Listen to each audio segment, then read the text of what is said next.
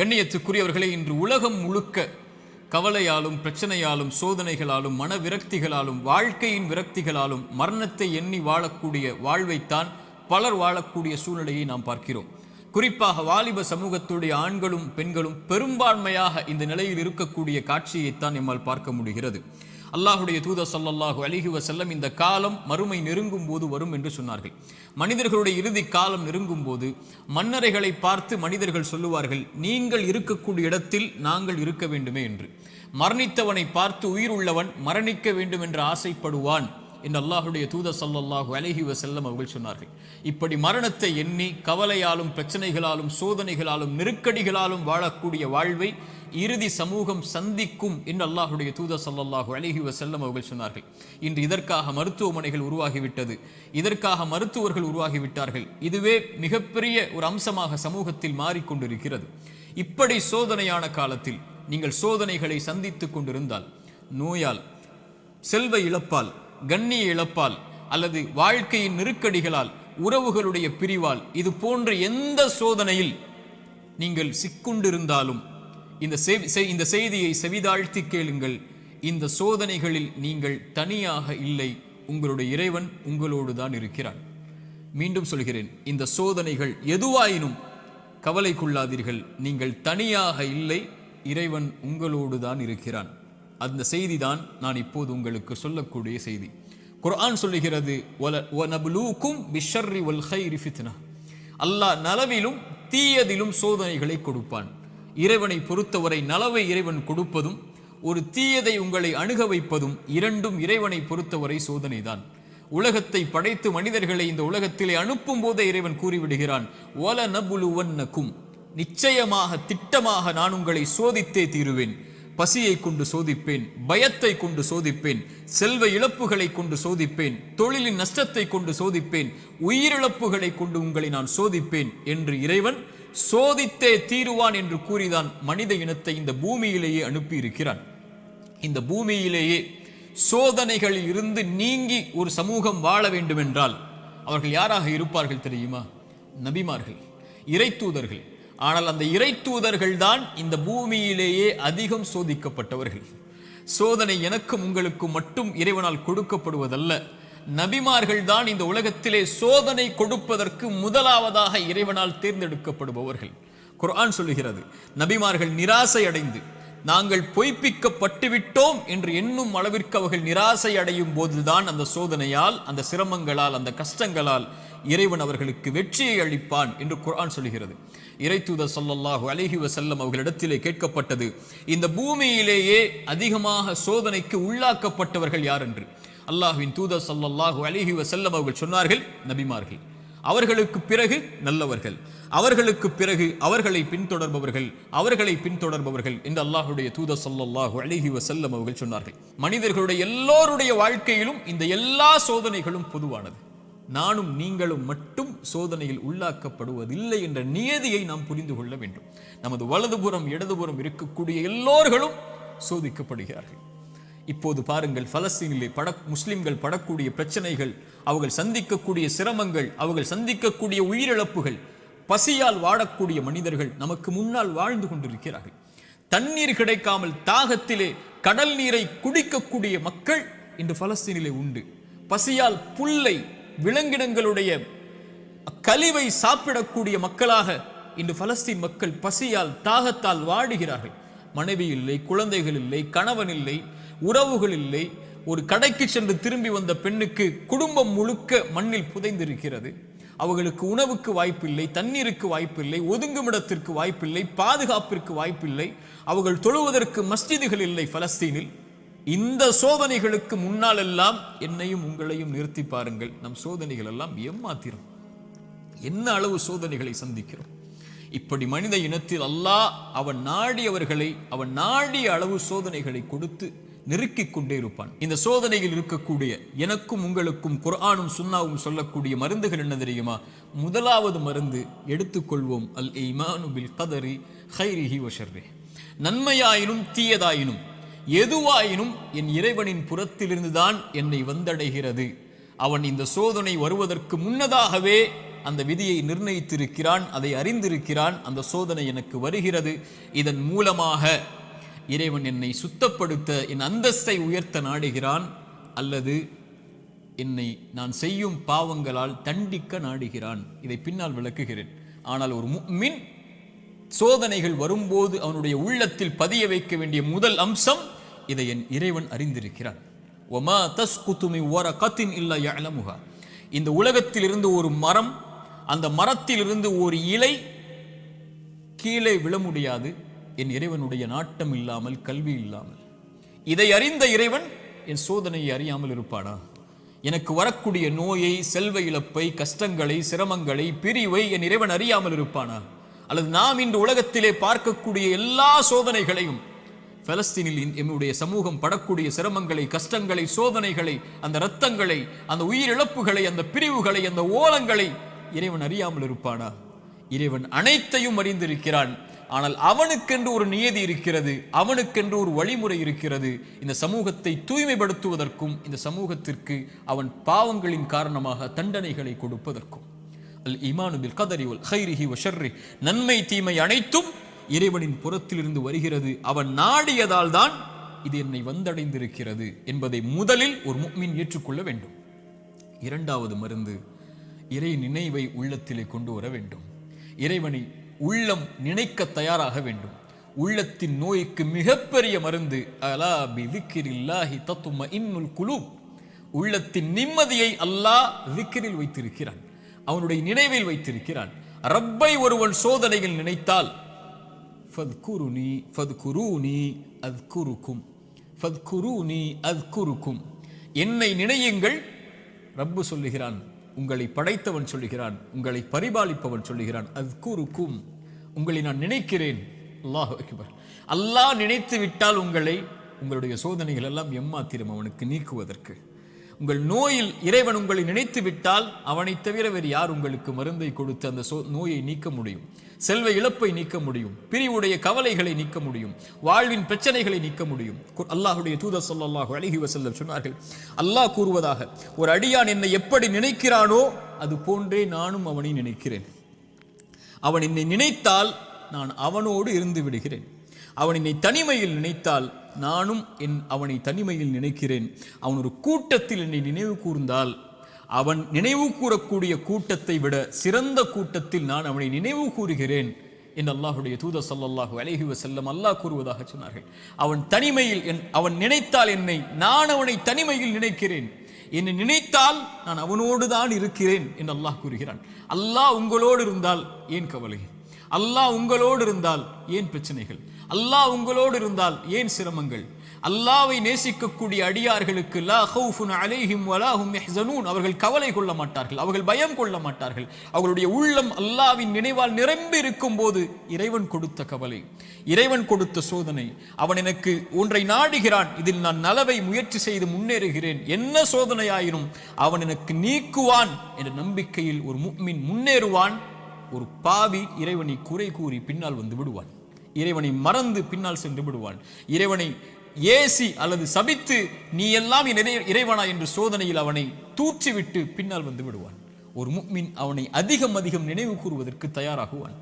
மூன்றாவது துஆ, அவனை அழைக்க வேண்டும், நினைத்த இறைவனை அழைக்க வேண்டும். அழைப்பதுதான் சோதனைகளை நீக்கும். கரம் ஏந்தி உங்களுடைய சோதனைகளை முறையிட்டு நீங்கள் அல்லாஹ்வை அழைக்காமல் சோதனை நீங்கும் என்று நினைப்பது பகலில் கனவு காண்பதுதான், நடக்கவே நடக்காது. இறைவனை அழைத்தால் தான் சோதனைகள் நீங்கும். நபிமார்கள் அழைத்தார்கள், நபி யூனுஸ் அழைத்தார்கள் அல்லாஹ்வை, லா இலாஹ இல்லா அன்த சுப்ஹானக் இன்னி குன்து மினல் ஸாலிமீன். உறவுகளை விட்டு நீங்கி, உலகத்தை விட்டு நீங்கி செய்த ஒரு சிறிய தவறால் மீன் வயிற்றில் அகப்பட்டு இருளில் கிடக்கக்கூடிய ஒரு நபி, அவர்களுக்கு தெரியும் இந்த இருளில் இருந்து யாரும் என்னை நீக்க முடியாது, என்னை விளக்கி கொண்டு வர முடியாது, மீன் வயிற்றுடைய இருள் சூழ்ந்திருக்கிறது, உங்களுடைய வாழ்க்கையும் இருளால் சூழப்பட்டிருந்தால் அல்லாஹுடைய தூதர் சொன்னார்கள், யூனுஸ் அழைத்த அந்த பிரார்த்தனையை நீங்களும் அழையுங்கள், அல்லாஹ் உங்களையும் அந்த பிரச்சனையில் இருந்து நீக்குவான். லா இலாஹ இல்லா அன்த சுப்ஹானக், வணக்கத்துக்குரிய இறைவனை, உன்னை தவிர வணங்கத் தகுதியானவன் யாரும் இல்லை, நீ பரிசுத்தமானவன். இன்னி குன்து மினல் ஸாலிமீன், நான் அநீதம் செய்பவன் யா அல்லாஹ், அநீதத்திற்கு உள்ளானவன் யா அல்லாஹ், எனக்கு இந்த சோதனைகளை நீக்கு யா அல்லாஹ் என்று அவன் கேட்பான். அல்லாஹ் அந்த சோதனையை நீக்குவான். நான் செய்த பாவத்தால் எனக்கு இந்த சோதனை என்றால் இதோ விடுகிறேன் யா அல்லாஹ், நீக்கு யா அல்லாஹ். நபி யூனுஸ் அழைத்தார், அல்லாஹ் நீக்கிறான். நபி மூசா அழைத்தார், அல்லாஹ் நீக்கிறான். நபி இப்ராஹிம் அழைத்தார்கள், அல்லாஹ் நீக்கினான். நபி தாவூத் அழைத்தார்கள், அல்லாஹ் நீக்கினான். நபி நூஹ் அழைத்தார்கள், அல்லாஹ் நீக்கினான். நபி ஜக்கரியா அழைத்தார்கள், அல்லாஹ் நீக்கினான். நபி அய்யூப் அழைத்தார்கள், அல்லாஹ் நீக்கினான். முஹம்மது ரசூலுல்லாஹ் ஸல்லல்லாஹு அலைஹி வஸல்லம் அழைத்தார்கள், அல்லாஹ் நீக்கினான். நாம் அழைத்தோமா அல்லாஹ்வை? நாம் கேட்டோமா அல்லாஹ்விடத்தில்? நாம் முறையிட்டோமா, யா அல்லாஹ் இந்த சோதனையால் சிரமப்படுகிறேன், அவதிப்படுகிறேன், கஷ்டப்படுகிறேன், இன்னல் படுகிறேன், கண்ணீர் வடிக்கிறேன், எனக்கு இந்த சோதனையை நீக்கு யா அல்லாஹ். என் பாவத்தின் மூலமாக வந்திருந்தால் இதோ இந்த பாவங்களை விட்டு விலகி வருகிறேன் யா அல்லாஹ், என் கவலையை நீக்கு என்று கேட்டிருக்கிறோமா? அல்லாஹ்வுடைய தூதர் ஸல்லல்லாஹு அலைஹி வஸல்லம் ஒரு நபித்தோழரை பார்க்கிறார்கள். பள்ளியில் தொழுகை அல்லாத நேரத்தில் அவரை பார்த்து கேட்டார்கள், ஏன் தோழரே பள்ளிக்கு வந்திருக்கிறாய் இந்த நேரத்தில்? அவர் சொன்னார், யா ரசூல் அல்லாஹ், கடன், யா ரசூல் அல்லாஹ், கவலைகள், உள்ளம் நிரம்பி இருக்கிறது அல்லாஹ்வின் தூதரே. அல்லாஹ்வுடைய தூதர் ஸல்லல்லாஹு அலைஹி வஸல்லம் சொன்னார்கள், நான் உனக்கு ஒரு துஆவை சொல்லித் தருகிறேன், அதை நீ ஓதினால் அல்லாஹ் ரப்புல் ஆலமீன் உனக்கு இந்த சோதனைகளில் இருந்து வெளியேறக்கூடிய வாய்ப்பை அல்லாஹ் ரப்புல் ஆலமீன் உனக்கு தருவான். என்ன அல்லாஹ்வின் தூதரே அந்த பிரார்த்தனை? அல்லாஹும்ம இன்னி அஊது பிக மினல் ஹம்மி வல் ஹஸன், அல்லாஹும்ம இன்னி அஊது பிக மினல் ஹம்மி வல் ஹஸன். யா அல்லாஹ், என்னுடைய துக்கம், என்னுடைய எதிர்காலம் என்ன ஆகப் போகிறது, நான் எதை நோக்கி செல்லப் போகிறேன், என்னுடைய வருமானம் என்ன ஆகப் போகிறது, இவ்வளவு கஷ்ட இழப்புகளை சந்தித்து விட்டேனே, இனிமேல் என்ன ஆகப் போகிறது என்ற கவலையில் இருந்தால் யா அல்லாஹ் அந்த துக்கத்தை நீக்கு யா அல்லாஹ். எதிர்கால கவலைகளை பற்றிய கவலையை உள்ளத்திலிருந்து நீக்கு யா அல்லாஹ். வல் ஹஸன், என்னுடைய முன்னால் நான் செய்த பாவங்கள், முன்னால் என் வாழ்க்கையில் நடந்த நிலைகள், நான் சந்தித்த இழப்புகள், அதனால் என் உள்ளம் துவண்டிருக்கிறது. எதிர்காலத்தை பற்றியும் கடந்த காலத்தில் நான் செய்ததை பற்றியும் என்னுடைய உள்ளம் கவலை கொண்டு நடக்க முடியாமல், நகர முடியாமல் இருக்கிறேன் யா அல்லாஹ், அதை நீக்கு யா அல்லாஹ். எதிர்காலத்தை பற்றிய கவலையை நீக்கு, கடந்த காலத்தை பற்றிய நினைவுகளை நீக்கு, இனிமேல் வாழக்கூடிய வாழ்க்கையை சரிபடுத்து என்று இறைவனை அழைப்பான். அல்லாஹும்ம இன்னி அஊது பிக மினல் ஹம்மி வல் ஹஸன் வ அஊது பிக மினல் அஜ்ஸி வல் கஸல். யா அல்லாஹ், இயலாமை, என்னால் இனிமேல் என்ன செய்ய முடியும், என்ன இருக்கிறது என்னிடத்தில், எதை கொண்டு சொல்லுவேன் என்ற பயம், இயலாமை என்னிடத்தில் இருக்கிறது. யா அல்லாஹ், கசல், சோம்பேறித்தனத்தால் சோம்பலில் இருக்கிறேன், என்னால் முடியும் யா அல்லாஹ், ஆனால் எழ முடியவில்லை, என்னால் இந்த சோதனைகளை கடக்க முடியவில்லை, என்னிடத்திலே தைரியம் இல்லை யா அல்லாஹ், தைரியத்தை கொடு, அதை செய்து முடிக்கக்கூடிய உறுதியை கொடு.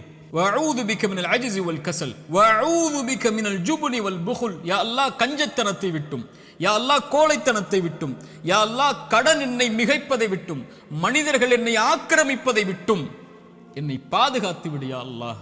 இந்த அல்லாஹ்வுடைய தூதர் ஸல்லல்லாஹு அலைஹி வஸல்லம் அந்த துஆவை அந்த தோழருக்கு கற்றுக் கொடுத்தார்கள். இதை ஓதக்கூடிய வழக்கம் உள்ளவர்களாக மாற வேண்டும். இப்படி அல்லாஹ்வை அழைக்கக்கூடிய முறையிலெல்லாம் இதா சஅலக இபாதி அன்னி ஃபஇன்னி கரீபுன் உஜீபு தஅவத்தத் தாஇ இதா தஆன். அழைப்பவர்கள் அழைத்தால் அந்த அழைப்பிற்கு இவன் பதில் கொடுக்காமல் இருப்பதில்லை. அல்லாஹ்வின் தூதர் சொன்னார்கள், ஒரு மனிதன், ஒரு முஃமின் அல்லாஹ்விடத்திலே கரம் ஏந்தி அவனுடைய கரம் அல்லாஹ் கொடுக்காமல் கீழே விழுந்தால் அவன் கேட்பதை இறைவன் வெட்கப்படுகிறான் என்று அல்லாஹ்வுடைய தூதர் ஸல்லல்லாஹு அலைஹி வஸல்லம் சொன்னார்கள். அல்லாஹ்வை அழையுங்கள்.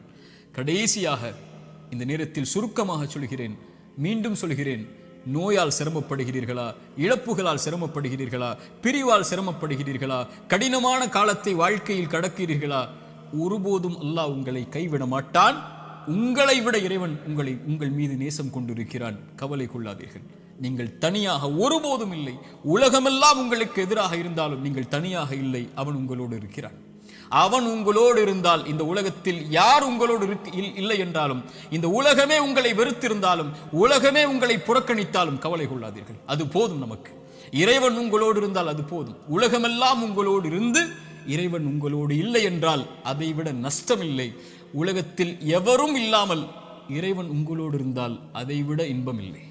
நபிமார்கள் உலகம் புறக்கணித்தது நபி நூஹை, ஆனால் நூஹோடு அல்லாஹ் இருந்தான். நபி தாவூதை உலகம் புறக்கணித்தது, அல்லாஹ் அவர்களோடு இருந்தான். நபி யூனுஸை உலகம் புறக்கணித்தது, அவர்கள் செய்த பாவத்திற்காக மன்னிப்பை கேட்டார்கள், அல்லாஹ் அதிலிருந்து அவர்களை பாதுகாத்தான். இப்ராஹீமை உலகம் புறக்கணித்தது, அல்லாஹ் அவர்களோடு இருந்தான்.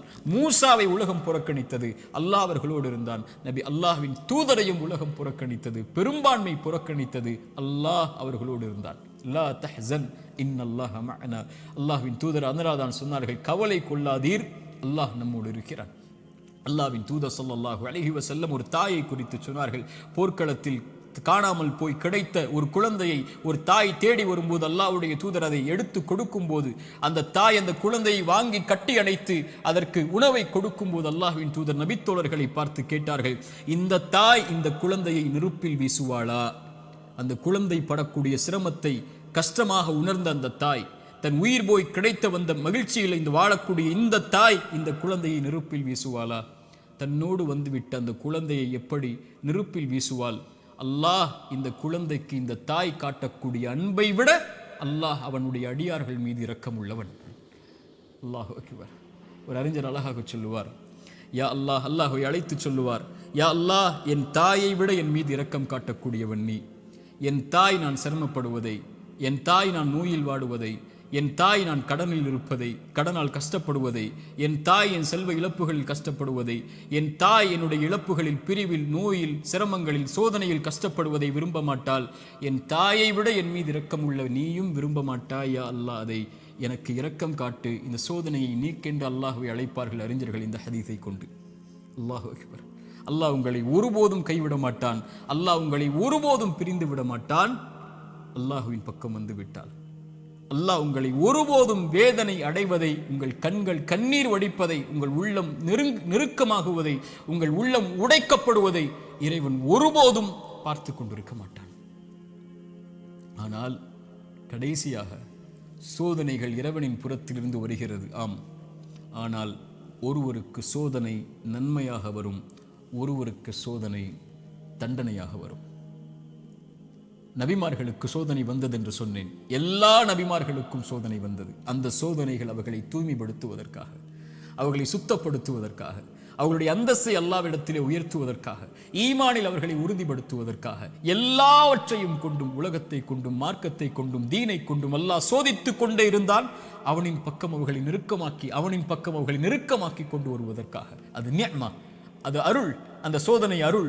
அல்லாஹ்வுடைய தூதர் ஸல்லல்லாஹு அலைஹி வஸல்லம் அவர்கள் சொன்னார்கள், உலகத்தில் அதிகமாக சோதிக்கப்பட்டவர்கள் யார் என்று கேட்கும்போது நபிமார்கள், அவர்களுக்கு பின்னால் வந்தவர்கள், அவர்களுக்கு பின்னால் வந்தவர்கள் என்று சொல்லிவிட்டு சொன்னார்கள், அல்லாஹ் ஒரு மனிதனுடைய மார்க்கத்திற்கு ஏற்ப அவனை சோதிப்பான்.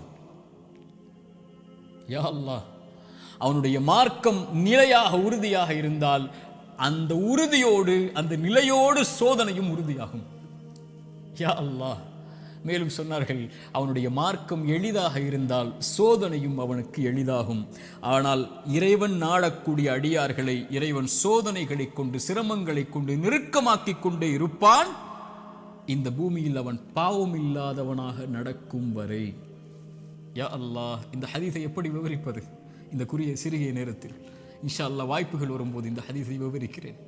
அல்லாஹ் சோதனைகளை கொண்டு ஒரு மனிதனை பக்குவப்படுத்துவான், நிலைப்படுத்துவான், முன்னேற்றுவான். அவனுக்கு அடுத்த கட்டத்தை நோக்கி அவனுடைய வாழ்வை நகர்த்துவான். அவன் அதன் மீது நம்பிக்கை கொண்டிருப்பான். நலவு வந்தால் அல்ஹம்துலில்லாஹ், சோதனை வந்தாலும் அல்ஹம்துலில்லாஹ், அல்லாஹ்வை புகழ்வான், அல்லாஹ்விடத்திலே உதவி தேடுவான். இவன் முஃமின். ஆனால் பாவி, இறைவன் சோதனையை கொடுத்தால் அல்லாஹ்வை விட்டு விலகுவான், சோதனையை கொடுத்தால் பாவங்களை நோக்கி செல்லுவான், சோதனையை கொடுத்தால் இறைவனை மறந்து விடுவான். அது நலவின் சோதனையாக இருந்தாலும் பாவத்தின் சோதனையாக இருந்தாலும். இந்த குர்ஆனின் எச்சரிக்கை மிக்க இந்த வசனத்தை கேளுங்கள். ஃபலம்மா நஸூமா துக்கிரு பிஹி, எம் நினைவை விட்டு நீங்கள் மறந்து வாழும் போது, ஃபதஹ்னா அலைஹிம் அபுவாப குல்லி ஷை, வானத்தின் கதவுகள் எல்லாம் திறக்கப்படும், என்ன வேண்டுமோ கிடைக்கும். ஹத்தா இதா ஃபரிஹு மா ஊது, அல்லாஹ் கொடுத்ததை கொண்டு அவர்கள் நிம்மதியோடு வாழ்ந்து கொண்டிருக்கும் போது, அது சோதனை என்று அறியாத அந்த பாவிகளுக்கு அஹத்னாஹும் பக்ததன், திடீரென்று அல்லாஹ் பிடித்து அவர்களை நஷ்டவாளிகளாக மாற்றிவிடுவான். அல்லாஹ்வின் தூதர் ஸல்லல்லாஹு அலைஹி வஸல்லம் சொன்னார்கள், அடியானுக்கு அல்லாஹ் ஒரு சோதனையை இந்த உலகத்திலே விரைவுபடுத்துகிறான் என்றால் அவனுக்கு அல்லாஹ் ரப்புல் ஆலமீன் நலவை நாடுகிறான். அல்லாஹ் அவனுக்கு சோதனையை தாமதப்படுத்துகிறான் என்றால் பாவங்களின் காரணமாக நாளை மறுமையில் அவனுக்கு அல்லாஹ் ரப்புல் ஆலமீன் அதை கொடுப்பதற்கு அல்லாஹ் காத்திருக்கிறான். தீயதாக நல்லவருக்கு சோதனையை உலகத்திலேயே கொடுத்து அல்லாஹ் அவனை நெருக்கமாக்கி விடுவான். பாவியை விடுவான் அல்லது பிடிப்பான். பிடித்தாலும் விட்டாலும் அவன் அழிவது நிச்சயம்.